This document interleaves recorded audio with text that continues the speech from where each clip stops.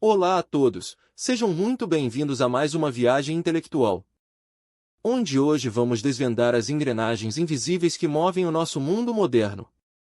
Preparem-se, porque a história que vou contar começa de uma maneira inusitada, não em uma sala de reuniões ou em um campo de batalha, mas dentro de um trem-bala ultraveloz, cortando a paisagem do Japão a 300 km por hora. Imaginem a cena. O autor, Thomas Friedman, está voltando de uma visita a uma fábrica da Toyota, um lugar onde a perfeição tecnológica reina. Onde robôs montam carros de luxo com uma precisão cirúrgica. Ele está sentado nesse trem, comendo sushi de uma bandeja de plástico perfeitamente desenhada, cercado por pessoas lendo jornais em seus telefones. Vivendo o auge da modernidade. E então, ele abre o jornal e lê uma notícia sobre o Oriente Médio, sobre pessoas matando umas às outras por causa de um pedaço de terra. Por causa de quem é o dono de qual oliveira, por causa de ódios ancestrais que parecem não ter fim. E foi nesse momento de contraste absoluto, entre a velocidade silenciosa daquele trem japonês e o barulho furioso dos conflitos antigos, que nasceu a metáfora que dá título à nossa conversa de hoje, o Lexus e a oliveira. Essa imagem é poderosa porque ela captura a tensão fundamental da nossa era. De um lado, temos o Lexus. O Lexus representa o impulso humano fundamental para a prosperidade, para a melhoria dos padrões de vida, para a tecnologia de ponta, para os mercados globais e para a modernização. É o desejo de ter o computador mais rápido, o melhor serviço de saúde, o carro mais eficiente. É o mundo da integração econômica. Do outro lado, temos a oliveira. A oliveira representa tudo aquilo que nos enraiza, que nos âncora neste mundo. Representa nossa família, nossa comunidade, nossa tribo, nossa nação, nossa religião e, acima de tudo, o lugar que chamamos de lar. A oliveira é o que nos dá a sensação de pertencimento, de identidade. E o grande drama do mundo pós-Guerra Fria, o mundo da globalização, é justamente a luta constante para equilibrar essas duas forças. Como construir um Lexus reluzente sem cortar as nossas oliveiras antigas? E como cuidar das nossas oliveiras sem virar as costas para o mundo e perder a chance de ter um Lexus?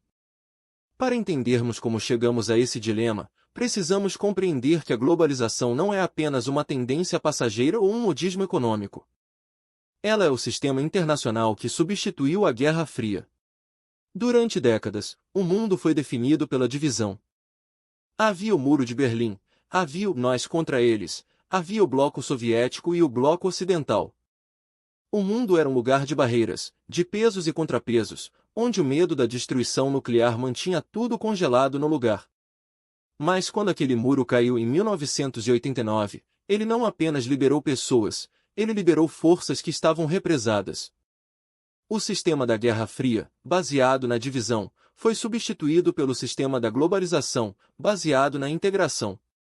Nesse novo sistema, a parede foi substituída pela World Wide Web, a Internet. A medida de força deixou de ser o peso dos seus mísseis para ser a velocidade da sua conexão e a rapidez com que você inova. No sistema antigo, a pergunta era de que lado você está. No novo sistema, a pergunta é com quem você está conectado. E é aqui que a coisa fica fascinante, porque essa mudança de sistema trouxe consigo novas regras. Novos juízes e novas formas de poder que afetam cada um de nós, quer a gente perceba ou não. E falando em regras, precisamos falar sobre o que Friedman chama de o colete de força dourado. Essa é uma das ideias mais provocativas do livro.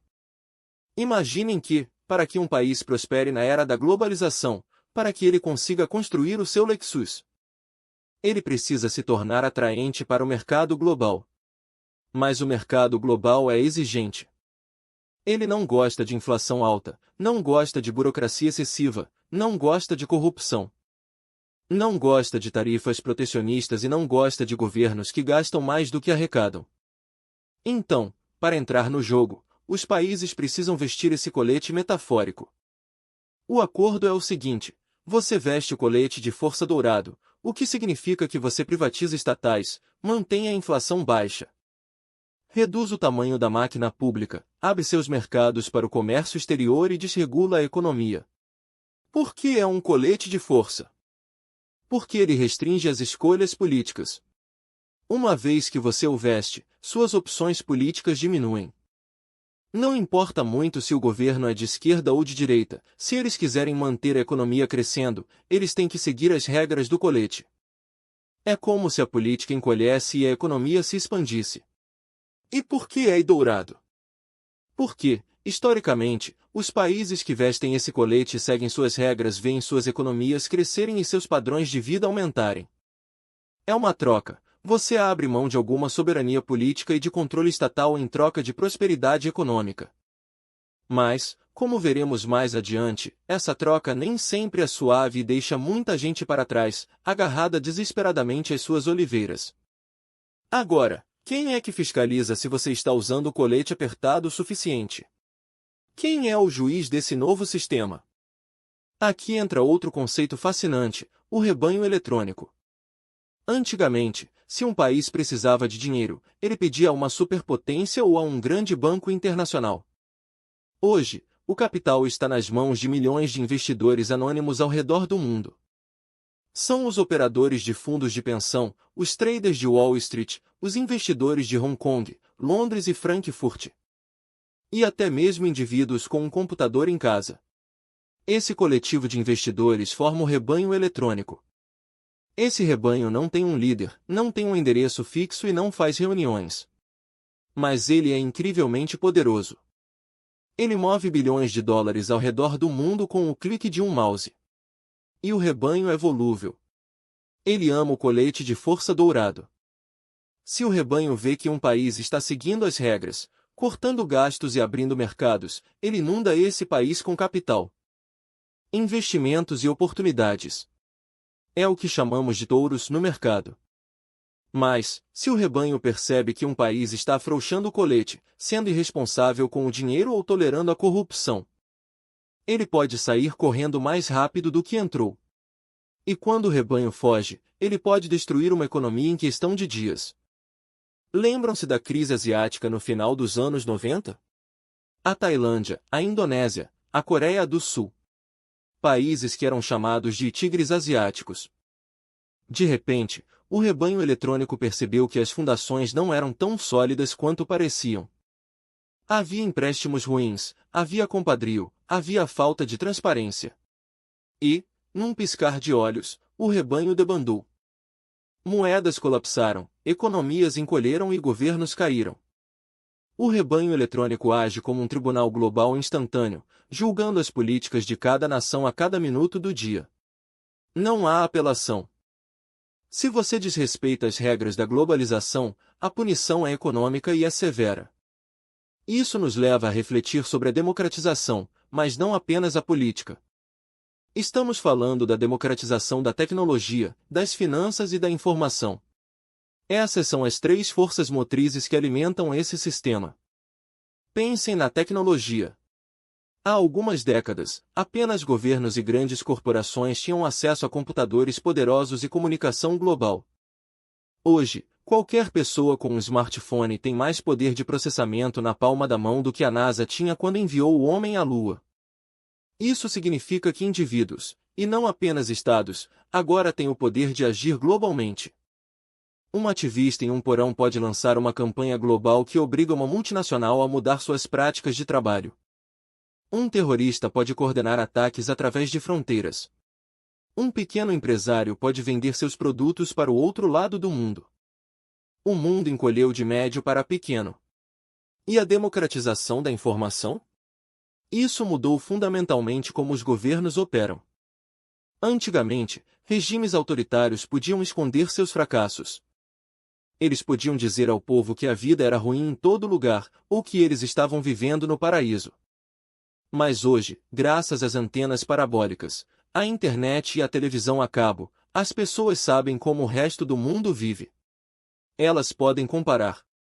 Elas sabem que em outros lugares as pessoas têm liberdade, têm bens de consumo, têm oportunidades. Isso cria uma pressão interna enorme. É difícil manter uma sociedade fechada em um mundo onde a informação atravessa paredes como se fossem fantasmas. Seguindo essa linha de raciocínio, encontramos um conceito crucial para as nações que querem sobreviver. A imunidade contra o que poderíamos chamar de síndrome de deficiência imunológica do microchip. Parece complicado, mas é simples. Países ou empresas que operam como sistemas fechados, rígidos, onde a informação flui apenas de cima para baixo. São como organismos com baixa imunidade neste novo mundo. Eles não conseguem reagir rápido o suficiente. A União Soviética não colapsou apenas por causa da pressão militar, ela colapsou porque era um sistema hierárquico. Lento e fechado tentando competir em um mundo que estava se tornando horizontal, rápido e aberto. Para ter sucesso na era da globalização, você precisa de um sistema operacional interno que seja compatível com a velocidade e abertura do mercado global. Você precisa ser capaz de processar informações, inovar e adaptar-se constantemente. Se você tentar rodar um software moderno em um computador antigo, o sistema trava. O mesmo acontece com os países. No entanto, nem tudo é economia e tecnologia. E aqui voltamos à nossa oliveira. A globalização tem um lado cultural avassalador. Muitas vezes, ela é sentida não como uma oportunidade, mas como uma invasão. É a americanização do mundo. É o medo de que o McDonald's substitua a culinária local, de que Hollywood substitua as histórias tradicionais, de que o inglês substitua a língua materna. Para muitas pessoas, a globalização parece um rolo compressor que achata todas as diferenças culturais, transformando o mundo em um grande shopping center homogêneo. Isso gera uma reação violenta. É o que vemos nos movimentos fundamentalistas, nos nacionalismos exacerbados e nas reações anti-imigração.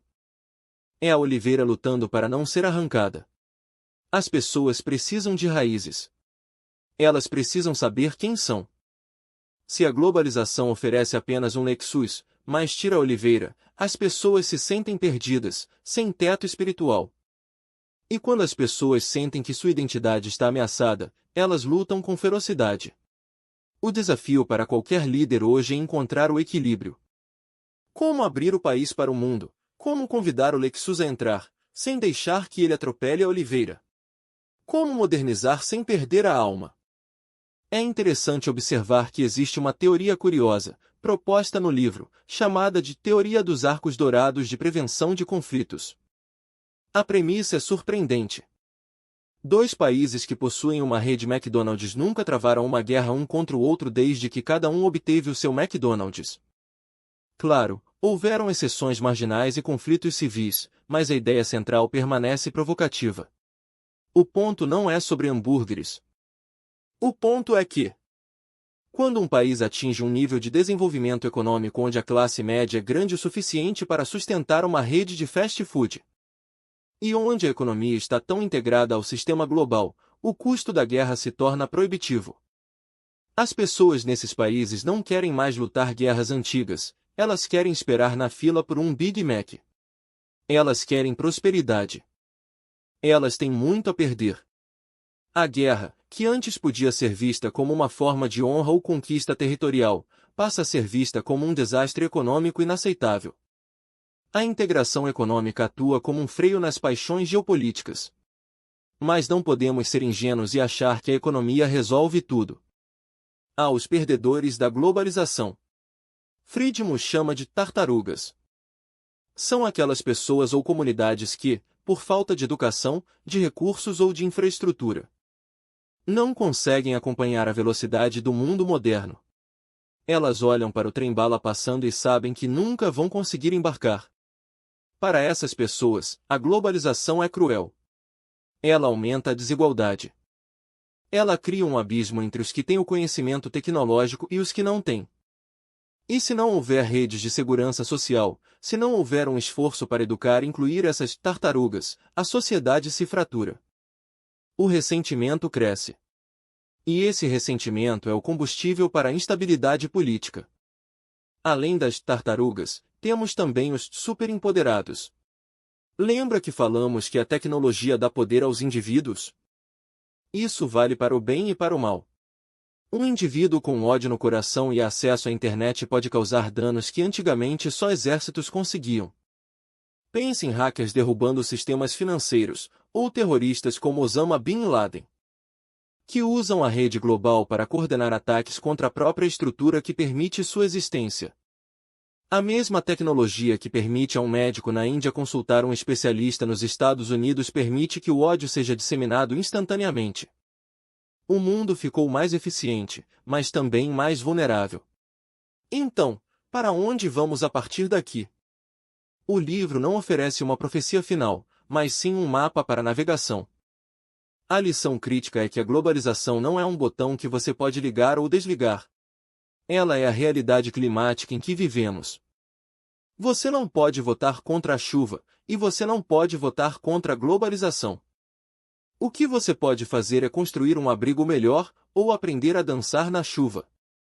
Para os países em desenvolvimento, a mensagem é clara: vocês precisam construir as instituições certas. Não basta abrir o mercado, é preciso ter leis que funcionem, tribunais honestos, imprensa livre e sistemas bancários transparentes. É o que chamamos de software da nação. Sem esse software, o hardware da economia global vai travar o sistema do país. Para os países desenvolvidos, como os Estados Unidos e a Europa, a mensagem é de responsabilidade. Eles são os arquitetos desse sistema. Se eles não ajudarem a estabilizar o mundo, se não garantirem que o sistema seja justo, se não houver cuidado com o meio ambiente, que é uma oliveira compartilhada por todos nós, o sistema pode colapsar sob o peso de suas próprias contradições. E para nós, indivíduos, a lição é sobre equilíbrio. Precisamos ser ágeis, precisamos aprender constantemente para não ficarmos obsoletos, precisamos abraçar o mundo. Mas também precisamos cuidar das nossas comunidades, das nossas famílias, das nossas tradições. Precisamos do Lexus para nos levar ao futuro, mas precisamos da oliveira para lembrar quem somos e para ter um lugar para onde voltar. A globalização é um sistema de destruição criativa, um termo do economista Sun Schumpeter. Ela destrói o velho para criar o novo. Isso é doloroso. Fábricas fecham, tradições mudam, certezas desaparecem. Mas também é libertador. Novas oportunidades surgem, barreiras caem, o conhecimento se espalha. A grande tarefa do nosso tempo é gerenciar essa destruição criativa. É garantir que a destruição não seja tão rápida que desintegre a sociedade. E que a criação seja ampla o suficiente para incluir o maior número possível de pessoas. Nós somos a primeira geração a viver neste sistema totalmente conectado. Não temos mapas perfeitos. Estamos desenhando o mapa enquanto caminhamos. Mas entender que estamos vivendo entre a pressão do Lexus e a atração da oliveira é o primeiro passo para não nos perdermos no caminho. É um mundo fascinante, aterrorizante e cheio de promessas. E cabe a nós decidir se vamos usar essa conexão global para construir muros mais altos ou pontes mais longas. Espero que esta reflexão tenha iluminado um pouco mais a complexidade do mundo em que vivemos. É um mundo onde o preço do petróleo na Rússia afeta a sua hipoteca no Brasil. Onde um software criado na Califórnia muda a forma como se ensina na África. E onde a preservação da sua cultura local é a âncora necessária para navegar no oceano global. Obrigado por ouvirem, por pensarem e por fazerem parte desta conversa global. Até o nosso próximo episódio.